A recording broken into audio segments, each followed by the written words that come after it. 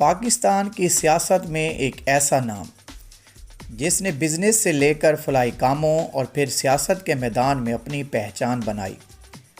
جی ہاں، بات کر رہے ہیں استحکام پاکستان پارٹی کے اہم رہنما اور معروف بزنس مین عبدالعلیم خان کی۔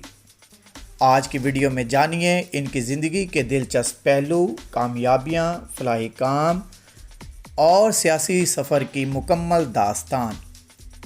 لیکن ویڈیو میں جانے سے پہلے آپ سے گزارش ہے کہ میرے چینل کو بھی سبسکرائب کر دیں۔ ان کی ابتدائی زندگی کے بارے میں اگر ہم بات کریں، عبدالعلیم خان 5 مارچ 1972 کو لاہور، پنجاب میں پیدا ہوئے۔ ان کا تعلق ایک متوسط گھرانے سے تھا۔ بچپن ہی سے محنتی اور باہمت شخصیت کے مالک تھے۔ تعلیم کے میدان میں انہوں نے ابتدائی اور ثانوی تعلیم لاہور سے ہی حاصل کی اور بعد ازاں گریجویشن مکمل کیا۔ تعلیم کے بعد انہوں نے کاروبار کی طرف توجہ دی اور رائل اسٹیٹ کے شعبے میں قدم رکھا۔ اپنی محنت اور عزم کے بدولت جلد ہی وہ کامیاب بزنس مین کے طور پر جانے لگے۔ ان کی سیاسی کیریئر کی بات کریں، علیم خان نے اپنے سیاسی سفر کا آغاز 2002 میں مسلم لیگ کاف سے کیا اور پہلی بار صوبائی اسمبلی کے رکن منتخب ہوئے۔ بعد ازاں وہ وزیر برائے انفارمیشن ٹیکنالوجی پنجاب بھی رہے۔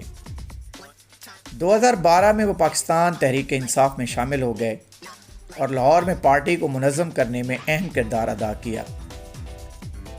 2018 کے عام انتخابات میں وہ لاہور سے کامیاب ہوئے اور وزیر بلدیات و ترقیات شہری کے طور پر کابینہ کا حصہ بنے۔ 2019 میں نیب کے کیسز کے باعث کچھ عرصہ کے لیے وزارت سے استعفیٰ دیا، لیکن وہ سیاست میں متحرک رہے۔ 2022 کے بعد ان کا پی ٹی آئی کے ساتھ اختلاف بڑھا اور بالآخر انہوں نے پارٹی چھوڑ دی۔ جون 2023 میں جہانگیر ترین کے ساتھ مل کر نئی جماعت استحکام پاکستان پارٹی IPP کا قیام کیا اور علیم خان کو اس جماعت کا صدر منتخب کیا گیا۔ ان کے کاروباری کیریئر کی بات کریں، علیم خان نے اپنے عملی سفر کی شروعات کاروبار سے کی اور جلد ہی رائل اسٹیٹ کے میدان میں کامیاب بزنس مین کے طور پر پہچانے جانے لگے۔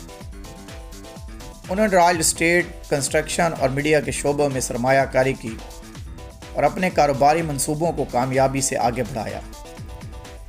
ان کی کمپنیوں میں مختلف ہاؤسنگ سوسائٹیز اور ترقیاتی منصوبے شامل ہیں، جنہوں نے لاہور اور دیگر شہروں میں شہرت حاصل کی۔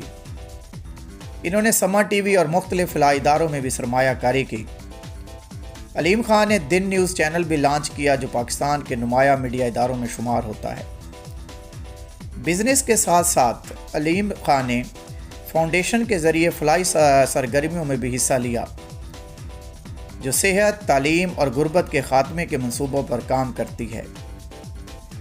ان کے فلاحی کام کی بات کریں، علیم خان نے اپنے بزنس اور سیاست کے ساتھ ساتھ معاشرتی فلاح و بہبود کے لیے بھی نمایاں خدمات انجام دیں۔ انہوں نے علیم خان فاؤنڈیشن کے نام سے ایک ویلفیئر ادارہ قائم کیا، جو تعلیم، صحت اور غریب عوام کی بنیادی ضروریات کے لیے کام کرتا ہے۔ اس فاؤنڈیشن کے ذریعے یتیم بچوں کی کفالت، بیواؤں کی مدد اور مستحق طلباء کی تعلیمی اخراجات اٹھائے جاتے ہیں۔ ان کے تنازعات اور چیلنجز کی بات کریں تو علیم خان کا سیاسی اور کاروباری سفر ہمیشہ آسان نہیں رہا، بلکہ مختلف تنازعات اور قانونی کیسز کا بھی سامنا رہا۔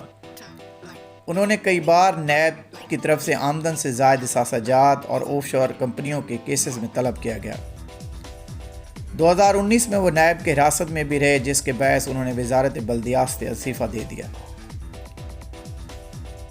2023 میں پی ٹی آئی چھوڑ کر نئی جماعت استحکام پاکستان پارٹی بنانے کا فیصلے پر بھی وہ سیاسی حلقوں اور عوامی بحث کا مرکز رہے۔